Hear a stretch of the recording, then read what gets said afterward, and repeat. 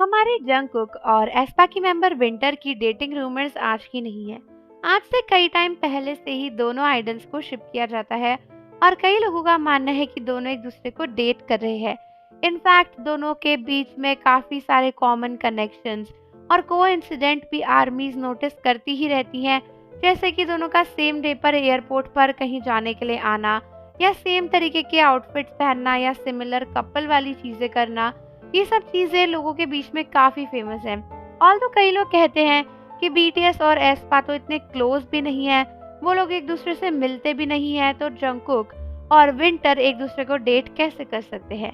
हालांकि कई लोगों को लगता है कि रिसेंटली वी ने इनडायरेक्टली कंफर्म कर दिया है कि जंगकुक और विंटर का रिलेशनशिप काफी ज्यादा क्लोज है। तो हमारे वी रिसेंटली डब्ल्यू कोरिया के एक इवेंट में नजर आए थे आरएम और जीहोप के साथ में, जहां पर भी ढेर सारे लोगों से इंटरेक्ट कर रहे थे, जैसे कि उनके जूनियर्स टीएक्सटी के मेंबर्स, या के पॉप या के ड्रामा के ढेर सारे आर्टिस्ट और एक्टर्स जिनसे वी की अच्छी बॉन्डिंग है। हालांकि दोस्तों उसके बाद देखा गया कि हमारे वी ना केवल मेल से बल्कि फीमेल आइडल्स से भी बहुत अच्छे से मिल रहे थे, जिसमें से कुछ एस्पा की मेंबर्स भी थी। सबसे पहले वी को एस्पा की मेंबर करीना के साथ बैठे हुए देखा गया, जिनके बगल में बैठकर वी उनसे काफी बातें कर रहे थे और पूरा इवेंट एंजॉय कर रहे थे। थोड़े ही देर बाद हमारे वी को एस्पा की मेंबर विंटर के साथ देखा गया। हाँ, ये वही विंटर है जिनका जंगकुक के साथ रूमर चलता है। तो विंटर के साथ भी वी को देखा गया और वो लोग काफी बातें कर रहे थे।